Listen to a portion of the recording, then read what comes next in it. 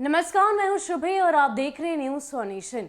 क्या फिर से एक बार बिहार में लग जाएगा लॉकडाउन? क्या फिर से हम सभी एक बार हो जाएंगे लॉक?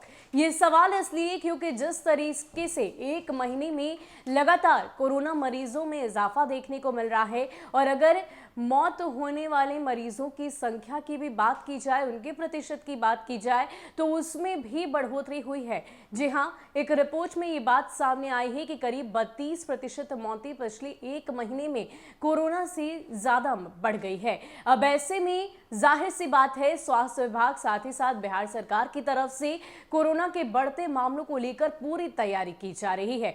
जिस तरीके से आने वाले कुछ समय में होली का त्योहार है, ऐसे में दूसरे राज्यों से कई सारे पर्यटक यात्री यहाँ आएंगे, पलायन करेंगे। अब ऐसे में पूरी तैयारी स्वास्थ्य विभाग की तरफ से की जा रही है। राजधानी पटना की बात की जाए तो यहाँ पर माइक्रो कंटेनमेंट जोन बनाए जाएंगे। एक नहीं, दो नहीं, बल्कि 56 माइक्रो कंटेनमेंट जोन होंगे और साथ ही साथ जो यात्री अलग अलग राज्यों से आएंगे उन्हें 3 दिन के लिए क्वारंटीन किया जाएगा, खासकर उन राज्यों से जहां पर कोरोना के मामलों में लगातार बढ़ोतरी हो रही है। इसके अलावा स्वास्थ्य विभाग की ओर से ये भी जानकारी है कि आज शाम तक कुछ गाइडलाइंस जारी की जाएगी, जिसके तहत सभी राजधानी वासी को रहना है, बिहार वासियों को उस तमाम गाइडलाइन को फॉलो करना है। आपको बता दें कि इससे पहले भी जब कोरोना महामारी ने दस्तक दिया था, उस वक्त भी राज्य सरकार साथ ही साथ केंद्र सरकार की ओर से कई सारी गाइडलाइन दी गई थी।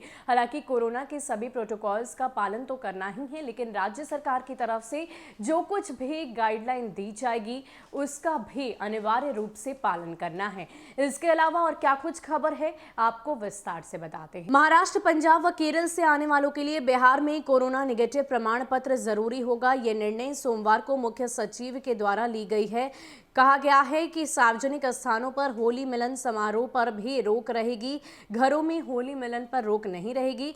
दरअसल देश के कुछ राज्यों में कोरोना संक्रमण की दूसरी लहर को देखते हुए बिहार सरकार अलर्ट हो गई है। मुख्य सचिव ने सभी टीम को निर्देश दिया कि कोरोना केयर सेंटरों का मुआयना कर उनकी स्थिति का आकलन कर लें और इन्हें दोबारा सक्रिय करें। पर्याप्त संख्या में वेंटिलेटर समेत अन्य सुविधाएं रखने के लिए भी दिशा निर्देश दिए गए हैं। इधर सूत्रों की माने तो सरकारी और प्राइवेट स्कूलों को भी बंद किया जा सकता है। इसके लिए बैठक संभावित है। स्वास्थ्य विभाग के प्रधान सचिव प्रत्यय अमृत ने बताया कि महाराष्ट्र, पंजाब व केरल से आने वाले यात्रियों को एयरपोर्ट और रेलवे स्टेशन पर कोरोना पत्र देना होगा। उनकी रैपिड एंटीजन कोरोना जांच की जाएगी। पॉजिटिव मिलने पर सीधे आइसोलेशन सेंटर भेजा जाएगा। यह व्यवस्था 17 मार्च से लागू होगी। पंचायतों से दूसरे राज्यों से आए लोगों की कोरोना जांच कराने के लिए कहा गया है। बैठक में शिक्षा के प्रधान सचिव संजय कुमार, गृह विभाग के प्रधान सचिव भी हैं। अगर पिछले एक महीने की बात की जाए तो लगातार एक हफ्ते में औसतन 11,200 नए केस मिल रहे थे। अब ये आंकड़ा 22,277 पर पहुंच गया है, यानी कि एक महीने में देश में दोगुने केस सामने आने लगे हैं।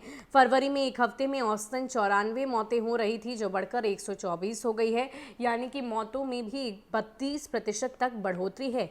केंद्रीय स्वास्थ्य मंत्रालय ने बताया कि देश में पिछले 24 घंटों में कोरोना के 26,291 नए केस मिले हैं। तो वाकई कोरोना मरीजों में लगातार इजाफा हो रहा है। देश भर के भी आंकड़े हमने आपसे साझा किए और किस तरीके से ये बात स्पष्ट होती है कि लगातार कोरोना के मरीजों में और उनकी तादाद में बढ़ोतरी हो रही है। ऐसे अगर हम दूसरे देशों की बात करें तो यूरोप में भी अब कोरोना की दूसरी लहर देखने को मिल रही है। अब ऐसे में हम सभी को सतर्क रहने की जरूरत है और कोरोना के तमाम प्रोटोकॉल्स का पालन आप जरूर करें। 2 गज की दूरी, मास्क है जरूरी। फिलहाल के लिए इतना ही। ऐसे ही अपडेट्स के लिए आप हमारे साथ बने रहिए और देखते रहिए न्यूज़ फॉर नेशन। नमस्कार।